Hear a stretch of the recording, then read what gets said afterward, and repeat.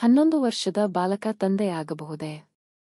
ಯಾವ ವಯಸ್ಸಿನಲ್ಲಿ ವೀರ್ಯ ಉತ್ಪಾದನೆ ಆರಂಭ ಆಗುತ್ತೆ? 11 ವರ್ಷದ ಬಾಲಕ ತಂದೆಯಾಗಬಹುದೇ? ಪುರುಷರಲ್ಲಿ ಯಾವ ವಯಸ್ಸಿನಿಂದ ಎಷ್ಟನೇ ವರ್ಷದವರೆಗೆ ದೇಹದಲ್ಲಿ ವೀರ್ಯ ಉತ್ಪಾದನೆ ಆಗುತ್ತೆ? ಎಷ್ಟನೇ ವಯಸ್ಸಿನಲ್ಲಿ ತಂದೆ ಆಗೋದು ಉತ್ತಮ? ಪುರುಷ ಅಥವಾ ಯುವಕ ಅಥವಾ ಬಾಲಕ ಯಾವ ವಯಸ್ಸಿಗೆ ತಂದೆ ಆಗಬಹುದು ಎಂಬ ಪ್ರಶ್ನೆಗೆ ಆಗಾಗ್ಗೆ ಕೇಳಿಬರುತ್ತಿರುತ್ತದೆ. ದೇಹ ಯಾವಾಗ ವೀರ್ಯ ಉತ್ಪಾದಿಸಲು ಪ್ರಾರಂಭಿಸುತ್ತದೆಯೋ ಆಗಿನಿಂದಲೇ ಬಾಲಕ ಅಥವಾ ಯುವಕ ತಂದೆ ಆಗಬಹುದು ಎಂದು ವಿಜ್ಞಾನ ಹೇಳುತ್ತದೆ.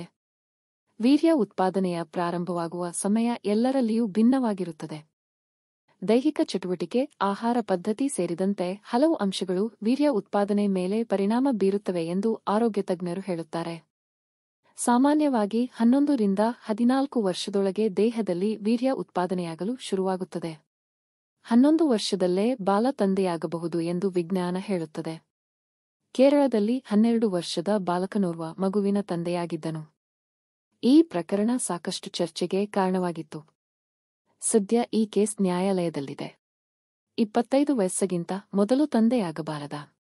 25 ವರ್ಷಕ್ಕಿಂತ ಮೊದಲು ತಂದೆಯಾಗುವುದು ಭವಿಷ್ಯದಲ್ಲಿ ಗಂಭೀರ ಆರೋಗ್ಯ ಪರಿಣಾಮಗಳನ್ನು ಬೀರುತ್ತದೆ ಎಂದು ಜರ್ನಲ್ ಆಫ್ ಎಪಿಡೆಮಿಯಾಲಜಿ ಮತ್ತು ಕಮ್ಯುನಿಟಿ ಹೆಲ್ತ್ ನಡೆಸಿದ ಅಧ್ಯಯನದಲ್ಲಿ ತಿಳಿದುಬಂದಿದೆ. ಈ ಅಧ್ಯಯನದ ಕುರಿತು ಪ್ರಕಟವಾದ ಲೇಖನದಲ್ಲಿ 25 ವರ್ಷಕ್ಕಿಂತ ಮೊದಲು ತಂದೆಯಾಗುವ ವ್ಯಕ್ತಿ ಮಧ್ಯವಯಸ್ಸಿನಲ್ಲಿಯೇ ಅಕಾಲಿಕ ಮರಣಕ್ಕೆ ತುತ್ತಾಗಬಹುದು ಎಂದು ಪ್ರಕಟವಾಗಿದೆ. ಭಾರತದಲ್ಲಿ ತಂದೆಯಾಗಲು ಕಾನೂನುಬದ್ಧ ವಯಸ್ಸು ಇಲ್ಲವಾದರೂ ಮದುವೆಯಾಗಲು ಮತ್ತು ಲೈಂಗಿಕ ಸಂಬಂಧಗಳನ್ನು ಹೊಂದಲು ಕನಿಷ್ಠ ವಯಸ್ಸು ಮೀಸಲಿದೆ. ಮದುವೆಯಾಗಲು ಯುವಕನಿಗೆ 21 ಮತ್ತು ಯುವತಿಗೆ 18 ವರ್ಷ ವಯಸ್ಸು ಆಗಿರಬೇಕು. ಯಾವ ವಯಸ್ಸಿನವರೆಗೆ ವೀರ್ಯ ಉತ್ಪಾದನೆ? ಪುರುಷರಲ್ಲಿ ಹದಿಹರೆಯದ ವಯಸ್ಸಿನಿಂದ ವೃದ್ಧಾಪ್ಯದವರೆಗೂ ವೀರ್ಯ ಉತ್ಪಾದನೆ ಆಗುತ್ತಿರುತ್ತದೆ. ಆದರೆ ವಯಸ್ಸು ಆದಂತೆ ವೀರ್ಯ ಉತ್ಪಾದನೆ ಪ್ರಮಾಣ ಕುಸಿಯುತ್ತದೆ ಅಥವಾ ನಾಶವಾಗುತ್ತದೆ ಎಂದು ವಿಜ್ಞಾನ ಹೇಳುತ್ತದೆ. ವೀರ್ಯ ನಾಶವು ಡಿಎನ್ಎ ಅಪಾಯವನ್ನು ಹೆಚ್ಚಿಸುತ್ತದೆ. ಇದು ಹುಟ್ಟುವ ಮಗುವಿನ ಆರೋಗ್ಯದ ಮೇಲೆ ಪರಿಣಾಮ ಬೀರುತ್ತದೆ. ಕೇರಳದಲ್ಲಿ ನಡೆದ ಘಟನೆ ಏನು? 12 ವರ್ಷದ ಬಾಲಕ 17 ರ ಯುವತಿ ಜೊತೆ ಲೈಂಗಿಕ ಸಂಪರ್ಕ ಹೊಂದಿದ್ದನು. ಪರಿಣಾಮ ಬಾಲಕ ತಂದೆಯಾಗಿದ್ದನು.